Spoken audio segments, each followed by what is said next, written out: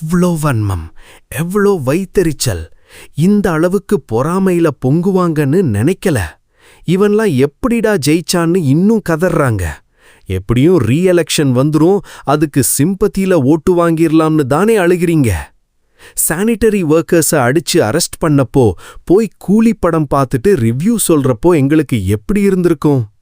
Kidney திருடின DMK MLA கதிரவனை arrest பண்ணாம சட்டசபையில உட்கார வச்சிருந்தப்போ ஜெயிலுக்கே போனாலும் அவன் மினிஸ்டர் தான்னு உட்கார வச்சிங்களே, எங்களுக்கு எப்படி இருந்திருக்கும்? எங்க பார்த்தாலும் போதையில சுத்துறாங்க, ட்ரக்ஸ தமிழ்நாடுக்குள்ள விட்டு சம்பாதிச்சிரலாம்னு நினைச்சிங்களே, அப்போ எங்களுக்கு எப்படி இருந்திருக்கும்? ஒட்டஞ்சாத்திரம் காஸ்ட் பாலிடிக்ஸ நாங்க மறக்கல. 24 வயசு பையனை என்ன பண்ணீங்க, எப்படி கொன்னீங்கன்னு எங்களுக்கு தெரியும். இதெல்லாம் பண்ணிட்டு சோஷியல் ஜஸ்டிஸ்னு சொல்லுவீங்க, எங்களுக்கு எப்படி இருந்திருக்கும்? 2.5 வயசு குழந்தை பாலியல் தொல்லையால இறந்து போச்சே, அப்போ எங்களுக்கு எப்படி இருந்திருக்கும்?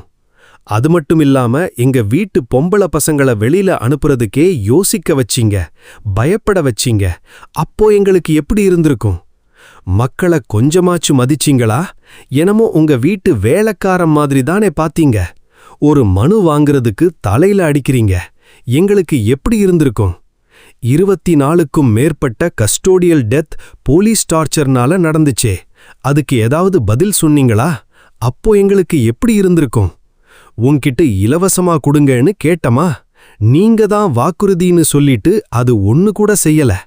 அதுவுமே இல்லாம பஸ்ஸில பெண்கள் போறதனால ஊசியில போறீங்க, ஊசியில ஊரு சுத்துறீங்கன்னு சொல்லி காட்டுறப்போ எங்களுக்கு எப்படி இருந்திருக்கும்? ஒரு பக்கம் சேகர் பாபுன்ற ரவுடி, இன்னொரு பக்கம் செந்தில் பாலாஜி. எவ்வளோ ஆட்டம் போட்டீங்க, எங்களுக்கு எப்படி இருந்திருக்கும்? உங்க லாபத்துக்காக பஸ் ஸ்டாண்ட கிளம்பாக்கம்க்கு மாத்தி எங்களை அலைய விட்டீங்களே, எங்களுக்கு எப்படி இருந்திருக்கும்?